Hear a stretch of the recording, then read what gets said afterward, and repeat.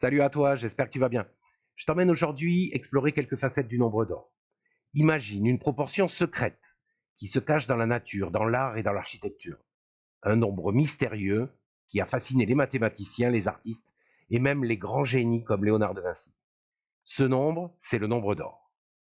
Aujourd'hui, on plonge ensemble dans cette constante magique qui relie esthétique et mathématiques. Alors, es-tu prêt à découvrir les mystères de Phi? Non, ça c'est l'intro de ChatGPT. La mienne est beaucoup plus radicale. On va faire des calculs parce que calculer c'est cool, et que s'entraîner à faire des calculs pour pas faire d'erreur, c'est encore plus cool. Et puis, pas besoin de compas et encore moins de rapporteurs. J'ai choisi de rendre tout ça compréhensible avec le programme de secondes. C'est parti, on y va.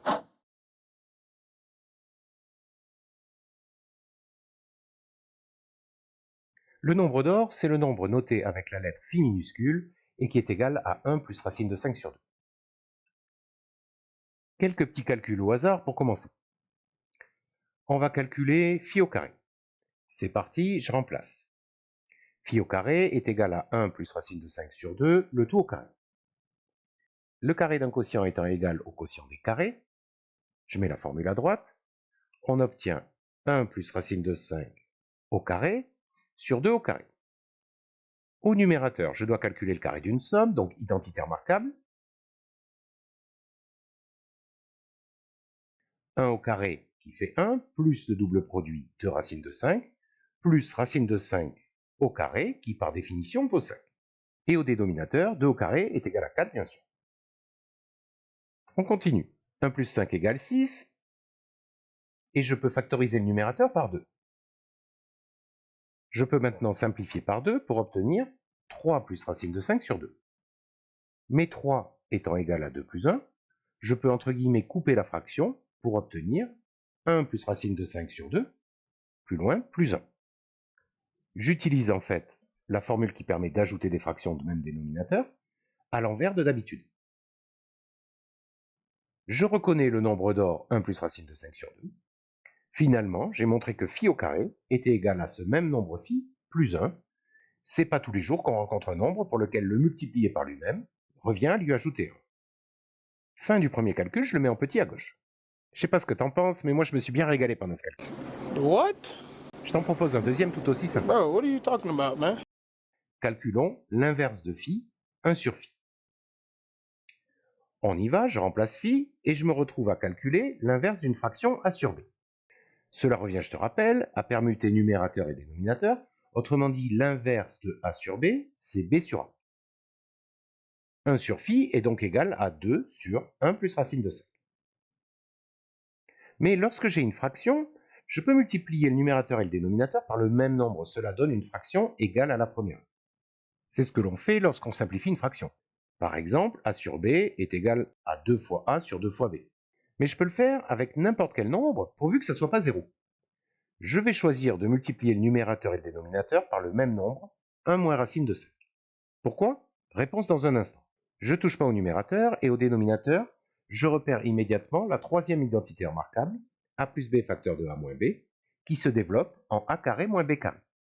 Le dénominateur donne donc 1 au carré qui vaut 1, moins racine de 5 au carré, qui vaut 5, c'est-à-dire moins 4. Voilà pourquoi j'ai décidé de multiplier numérateur et dénominateur par 1 moins racine de 5. Cela permet d'éliminer toutes les racines carrées du dénominateur. C'est une astuce que tu peux retenir. On dit que 1 moins racine de 5 est la quantité conjuguée de 1 plus racine de 5. Retour au calcul. Au lieu de diviser par moins 4, je peux mettre le moins devant la fraction. Je simplifie par 2. Et je peux aussi placer le moins au numérateur, sans oublier les parenthèses bien sûr. Dernière étape, je découpe la fraction pour obtenir 1 plus racine de 5 sur 2, plus loin, moins 1. Si tu n'es pas convaincu, mets au même dénominateur pour voir que tu obtiens bien le nombre du dessus. Je reconnais 1 plus racine de 5 sur 2, que je remplace par phi. Mettons ça en petit à droite. J'espère que tu n'as pas trop de mal à faire ces calculs qui enchaînent pas mal de règles, voire d'astuces. C'est d'ailleurs pour ça que j'ai décidé de le faire ici. Si tu as un peu plus d'expérience, je t'imagine déjà râler, fulminer, rager, parce qu'il n'y avait pas besoin de faire le deuxième calcul. Je m'explique. On a montré à gauche que phi carré est égal à phi plus 1. Je le réécris au milieu. Vu que ces deux nombres sont égaux, je peux les diviser tous les deux par le même nombre, et ça restera égal. je décide de diviser des deux côtés par phi. À gauche, phi carré sur phi est égal à phi, tandis qu'à droite, je peux réécrire phi plus 1 sur phi en phi sur phi plus 1 sur phi. Phi sur phi vaut 1, et donc phi est égal à 1 plus 1 sur phi. Enfin, en soustrayant 1 des deux côtés, j'obtiens à nouveau l'égalité de droite avec beaucoup moins de calcul. Du coup, le calcul de droite, poubelle. J'ai donc montré que pour ce nombre phi, prendre son carré, c'est comme lui ajouter 1, et prendre son inverse, c'est comme lui soustraire 1. On pourrait maintenant se demander si c'est le seul. Autrement dit, je cherche les nombres x, dont le carré est égal à ce même x plus 1. En d'autres termes, je veux résoudre l'équation x carré égale x plus 1. Alors si tu as des connaissances de niveau première, ça doit te sembler très simple. Mais il ne fait jamais de mal à mon sens de se rappeler ce qui se cache derrière un calcul de discriminant. Bien sûr, si tu n'as pas vu les équations du second degré, tu n'as rien compris à ce que je viens de dire et c'est normal, mais tu vas quand même comprendre la suite. Laisse-moi te guider. Première étape, on va montrer que x carré moins x moins 1 est égal à x moins 1 demi au carré moins 5k. Pourquoi? Attends un tout petit peu, tu vas voir. Pour montrer une égalité, je pars en général d'un côté pour arriver à l'autre. Ici, je décide de partir du côté droit. X moins 1 demi au carré moins 5k est égal à, identité remarquable, a carré moins 2ab plus b carré. Je simplifie un tout petit peu cette expression en faisant attention en particulier que 1 demi le tout au carré fait 1 au carré sur 2 au carré, donc 1 quart. 1 quart moins 5 quarts fait moins 4 quarts, c'est-à-dire moins 1. J'ai obtenu le membre de gauche, et j'ai donc montré que l'égalité ampoule était vraie pour tous les nombres x. J'allume l'ampoule, c'est montré. Deuxième étape, on va montrer que x carré moins x moins 1 est égal au produit que je t'écris. Ce coup-ci, je décide de partir du côté gauche. X carré moins x moins 1 est égal à x moins 1 demi au carré moins 5 quarts. Ben oui, je viens juste de le montrer. Je peux transformer 5 quarts en racine de 5 sur 2, le tout au carré. J'obtiens donc une différence de 2 carrés du type a carré moins b carré, avec a égale x moins 1 demi et b égale racine de 5 sur 2. Je factorise grâce à la troisième identité remarquable, et j'obtiens exactement le membre de droite que je voulais. On est maintenant prêt à résoudre l'équation. X carré égale x plus 1 a les mêmes solutions que l'équation x carré moins x moins 1 égale 0. J'ai soustrait x et 1 des deux côtés. Maintenant, je reconnais l'expression qu'on a factorisée à l'étape 2 et je m'empresse de remplacer pour obtenir une équation produit nul. Les seules possibilités pour que ce produit soit nul est qu'un des deux facteurs soit nul. Et j'obtiens donc deux solutions exactement. Le nombre phi, bah oui c'est normal vu les calculs qu'on avait fait au début de la vidéo. Mais il y a aussi une autre solution, le nombre 1 moins racine de 5 sur 2. Il n'y a donc que deux nombres pour lesquels prendre le carré revient à ajouter 1. J'écris ça en haut de manière mathématique. Les solutions de l'équation x carré égale x plus 1 sont phi et 1 moins racine de 5 sur 2. On en arrive maintenant à ce que je voulais te montrer. Si tu veux bien, je te propose d'examiner ce nombre-là.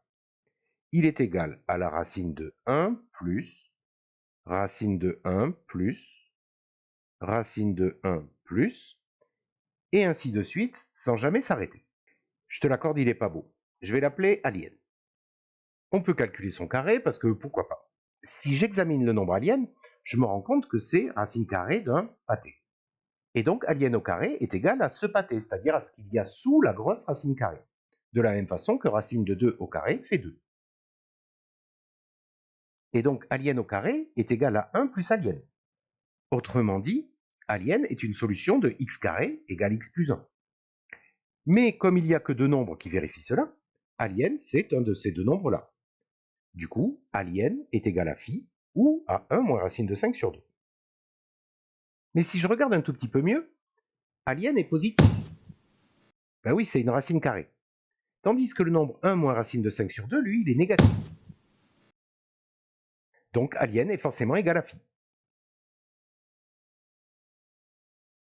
Je ne pouvais pas terminer cette vidéo sans parler d'un autre nombre monstrueux. Il s'agit de 1 plus 1 sur 1 plus 1 sur 1 plus 1 sur, et ainsi de suite. Je l'appelle dragon et je calcule son inverse, 1 sur dragon. Je remplace dragon et je me rends compte que c'est presque le même nombre que dragon, mais il manque le 1 plus qui est devant. Autrement dit, c'est dragon moins 1. Dans l'égalité 1 sur dragon égale dragon moins 1, je peux, comme tout à l'heure, multiplier les deux membres par dragon.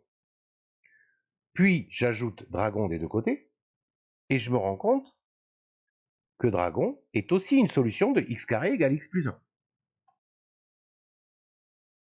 Exactement comme on vient de faire, il n'y a que deux possibilités pour dragon, qui ne peut valoir que phi, ou alors 1 moins racine de 5 sur 2. Mais comme dragon est positif, il est même supérieur à 1, dragon est égal à phi. Un peu de ménage. Je te récapitule ce qu'on a réussi à montrer. En appelant phi le nombre 1 plus racine de 5 sur 2, on s'est rendu compte que phi au carré était égal à phi plus 1. On s'est aussi rendu compte que ce même nombre phi pouvait s'exprimer sous deux autres formes assez inhabituelles que voici. La dernière forme s'appelle une fraction continue. Est-ce que la deuxième forme s'appelle racine continue? J'avoue que j'ignore. Il y aurait plein d'autres choses à dire sur le nombre d'or, vraiment beaucoup. Son origine géométrique, son rôle esthétique dans les arts, le fait qu'on la retrouve fréquemment dans la nature, mais je te laisse aller voir par exemple les excellentes vidéos de Micmac et de LJJ. Je te mets les liens en description. Va voir si tu connais pas, ces chaînes sont vraiment fabuleuses. J'espère que ça t'a plu. À la prochaine. Ciao.